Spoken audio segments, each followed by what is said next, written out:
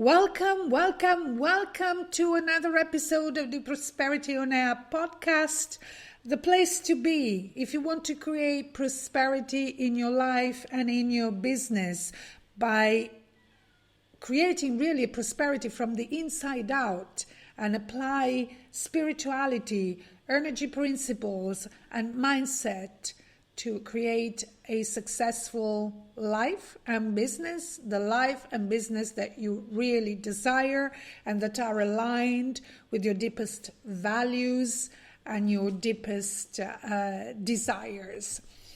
I'm your host, Paola De Vescovi, and as you know, if you've been following me for a while, these last episodes, the latest episodes, have been devoted to meeting amazing women who will be speakers at the Women Who Dare to Desire conference taking place in London on the 31st of January 2020. Amazingly designed and created by my friend and coach and healer, Deborah Luzzi. So today we have another amazing speaker with us, Emma Hammond, and the episode is going to be a little bit different, less, focused on the inner work and more focused on the strategies that you need to create prosperity in your business, to achieve those results in terms of sales, in terms of profits, visibility that make a business successful. So just let me introduce Emma a little bit. Emma Hammond, also known as the Queen of Automation. She's a single mother living in Jersey, the Channel Islands. And after making the decision to build a better life for herself and her child, she threw herself into building a business around working two jobs, raising a child and battling with mental health issues. Over a period of 4 months, she increased her revenue in her business by over 900%, all through automatic marketing methods using Facebook, mainly Facebook, and she has never spent any money on advertising. She works with service-based business owners, helping them to create businesses that give them freedom and allows them to create their dream life. She now runs her own agency that provides digital marketing and business process automation services. She now has a team of 9 people, as you will hear during the interview. So in a very short period of time, she has created herself a business by design that really suits her needs, professional needs, but also the needs that a mother who's raising her child needs. So with all the flexibility that this amazing let's call it, I don't want to call it job, this amazing vocation that of being a mother requires. So without any further ado, let's listen to my interview with Emma.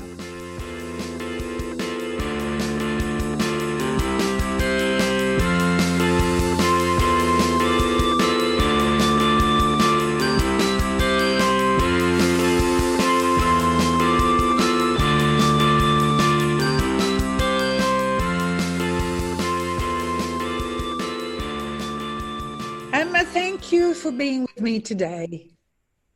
Thank you for having me.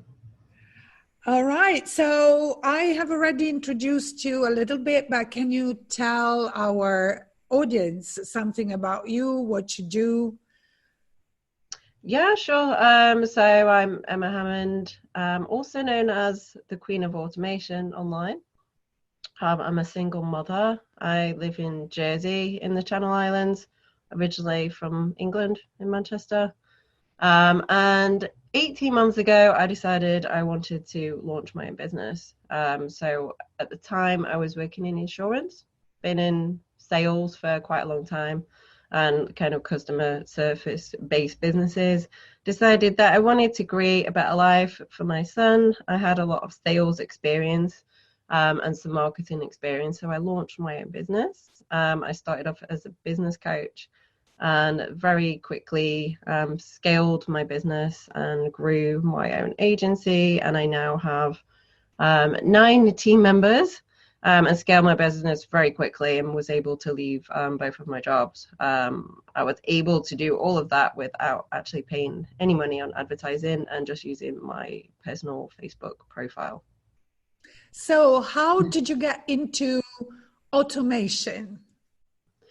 At the time, it was around the time when I first started my business. So I used to do a lot of mentoring, teaching people how to use social media and build their brand. And I found myself quite worn out and burnt out. I was trying to do everything myself. I actually ended up getting Bell's palsy. Kind of, I think it was quite stress related. So my whole body I was trying to work about 50 hours a week and then look after a child as well. I got Bell's palsy, couldn't work for 2 months. My whole body kind of went stop, just stop. And at that point, I started thinking there's got to be an easier way. There's got to be a better way, than hustling all the time, working, running around, doing everything myself. So I started looking into any way that I could actually automate some simple processes in my business to start freeing up some more time. That's when I fell in love with it. Managed to cut my working hours down to like 20 hours a week, which is amazing when you've got a family to look after and other things to juggle. And then started actually implementing that into my clients' businesses as well and helping them to achieve the same. So what is, first of all, what is your ideal client? Not only the client that you work with, but also the client that you particularly love to work with? Yeah, it's other moms.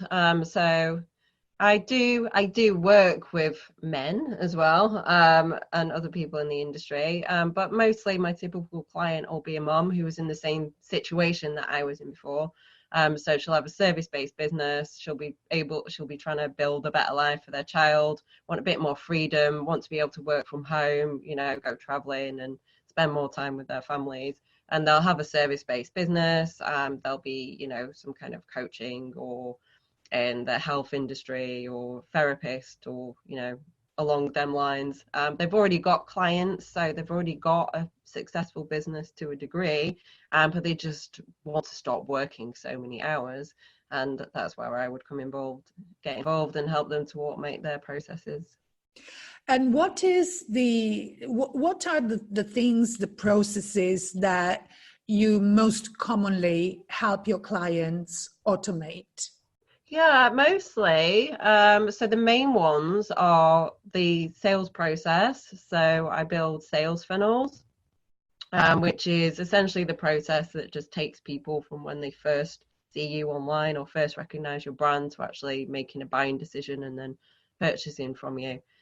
So I build out the whole process of that using chatbots and email marketing funnels as well, to essentially automate the whole process of building the relationship with your audience and building the relationship with people that might buy from you, doing all that, dealing with inquiries and taking people on that journey on an automated basis.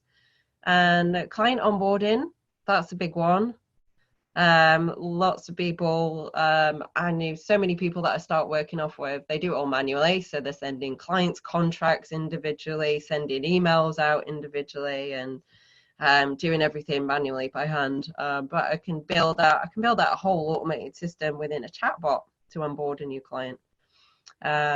Course delivery, things like that. So a lot of my clients have courses or they're coaches and they have programs, serve people that way. You can actually build out a whole automated system that's going to take the clients step by step through all the information that they need.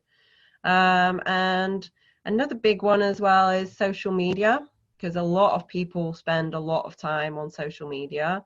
Too much time. Yeah, a lot of time creating content, repurposing content, scheduling your content. And so I've actually put a system in place that I do for all my clients, whereby they can actually plan, write, input their social media content, and then it automatically schedules to all their platforms. So that frees up a lot of hours every week. Because a lot of people are spending money on hiring assistants or social media managers when actually they don't need to. They can automate a lot of it. They can just get a little bit more organized, automate it, and then they don't have to spend hundreds of pounds every month outsourcing it. So, for let's say, for example, that a person, a woman, maybe a mother, wants to create her own business, and she's in the very startup phase. Okay, she has a clear idea. She knows what her business should be look like. So if you meet a client like this, I'm asking this question because there are many people in my audience who are in this phase, just the startup. They have this fantastic idea and they are starting implementing the idea. How can you support them? And how would you start the conversation with them? And how would you support them in the initial phases of their business? Yeah, I do have a few clients that are just starting up their own businesses. I think the first point really is to make sure that they're really clear on their brand. It's not something that I delve too deeply in because I wouldn't say that I'm an expert in branding, although I do have a rather large knowledge. So my first point would be to make sure that they know exactly what they're doing, who they're going to be marketing to, who their ideal client is, what direction they're going in. And then when they're really clear on that, is to ask them to map out their processes. So to get really clear, sometimes they don't know. So it might be a matter of them actually having to help a few people for free. So what I tend to recommend to people is sometimes, say you're a coach, for example, offer a few coaching sessions for free to someone to actually go through the whole process to see exactly what you're going to need to automate, because people don't understand what the processes are until they've actually been through them, and then they can map them out. So sometimes for someone to sit there and I'll go, okay, well, what's the process that you want to automate? They won't know because they don't actually have any business or any clients yet. So the first thing I'd recommend is to, do a demo or a test trial with a couple of people and actually take them through the steps of your program or your service, and help them how you would a normal client, and then use that to actually map out the processes and track any problems, any issues, find things that were taking a bit longer than what they should. And then we can actually look at, once they've got the clear processes mapped out, the best tools, the best software, the best systems for me to put in place to automate it for them. Okay, so you not only provide automation, but you're, also consulting them. Yes, yes, I do consulting as well. All right. So it's a whole package, really. Okay, and you mentioned chat boxes. This is quite a controversial Chatbots. tool. Let's say there are. What I hear is, of course, it's an amazing tool in terms you really get help in the initial approach with the clients. You can already provide automatically answers to the most frequent questions and things like this. However, there are people that they things that think it's not so personal, this conversation that you have with an automated tool. So what kind of results are you experiencing, and are there maybe different ways that you have used chat boxes with your clients? Well, the chat bot is just essentially a tool to take people through a process. And I think as long as they're aware that it is a chat bot and you're not trying to be something that it isn't. Does that make sense? I think people get confused when they don't understand whether it's a real person or not. If they understand that it is a chatbot, then it works really well. But I also find that you have to bring some personality, and it's all about the copy as well that you use. So you still need to talk and still use the same kind of copy that you would with your audience normally. And I think that's what people miss out. They start talking really robotic and boring kind of within their chatbots. And also they focus on trying to sell. And I think that's where it goes wrong as well, because a lot of people use them just to try and sell and promote themselves, which it shouldn't be really used as. It's a tool to try and save time. It's a tool to automate processes, and it's also there to create conversations and build relationships with people and to actually get your customers or potential customers engaging with you. So it's about creating engagement, not just shooting information out. But it's an incredible tool. I mean, some examples are what I do for a lot of clients is they run free challenges. So a lot of my clients are in the coaching industry, so they might run like a 5-day free challenge or a little mini course that they want to give to that audience. And I help them deliver that and launch that through the chatbot. So people will actually register it. The chatbot will just automatically give them the details. This is the date that it starts. This is what you need to know. This is the Facebook group you need to be in. Can you give me your email address so we can send you X, Y, Z? And it just takes them through the whole process.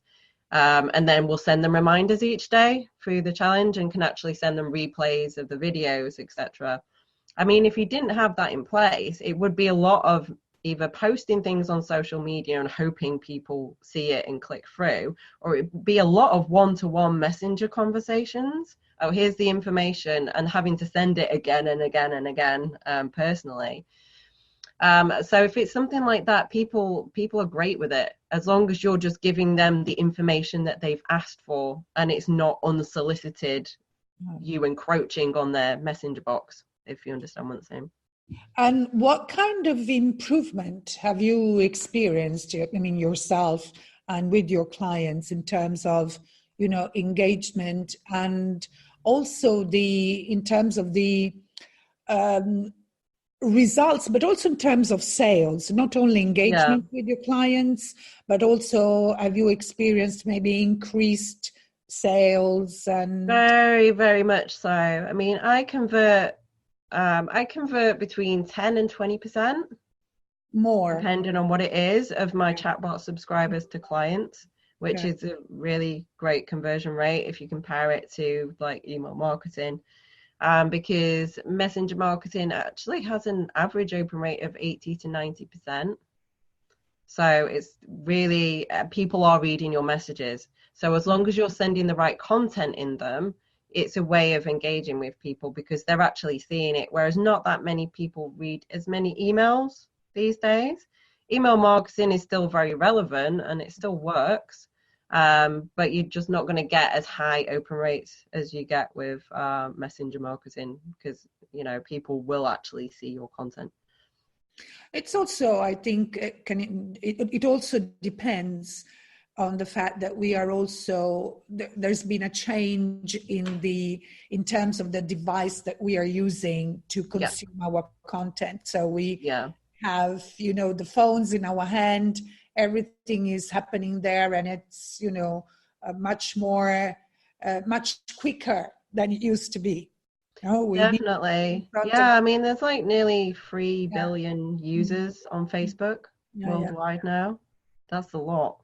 So most people are already on Facebook and they've already got the messenger app on their phone and they're already spend a long time on it every day anyway. So it's about staying relevant, and I really feel that people should be learning how to kind of move with this technology and embrace it and learn how to use it correctly in their businesses as well.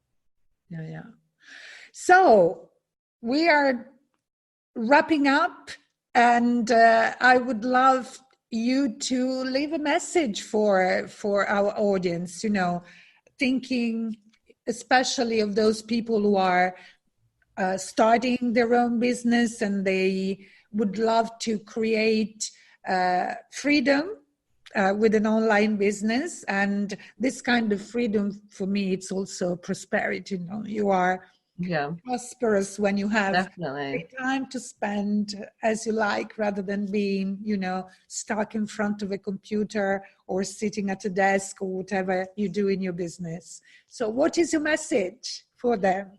Yeah, my message is don't be like me and think that you can do everything by yourself and wear yourself out and get stressed out about everything. There is always a simpler solution.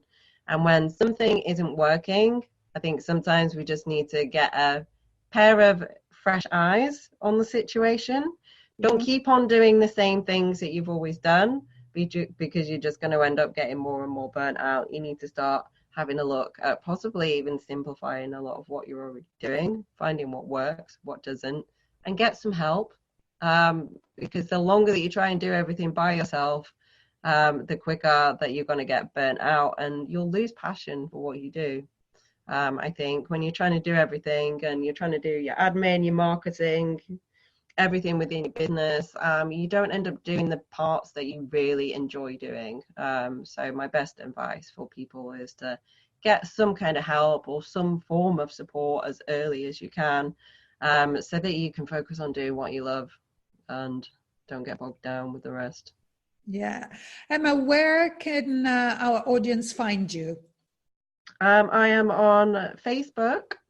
You can find me on Facebook, Emma Louise Hammond, or type in the Queen of Automation and you will find me. Or my website is www.emmahammond.co.uk. Perfect. And Emma is another of our amazing speakers at the Women Who Dare to Desire conference taking place in London on January the 31st, 2020. So if you happen to be in London, don't miss this event. But it can also be a nice excuse to be in London. So you can plan a weekend there and attend this very inspiring event with many amazing speakers, and Emma is one of them. So thank you again, Emma, for being with us. Thank you. And I will see you in January. You will. Thank you very much.